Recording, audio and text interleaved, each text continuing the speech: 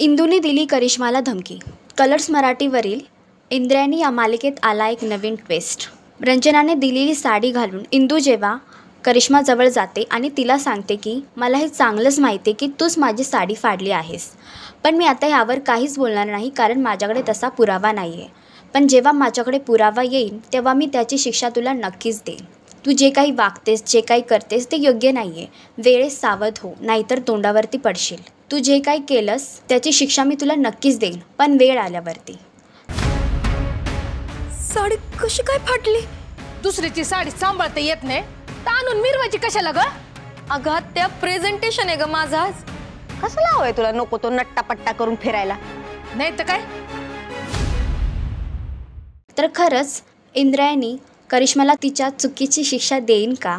असंच एंटरटेनमेंट पाहण्यासाठी तुम्ही आमचं चॅनल टेली चक्कर रिजनल ह्याला लाईक, शेअर आणि सबस्क्राईब करा.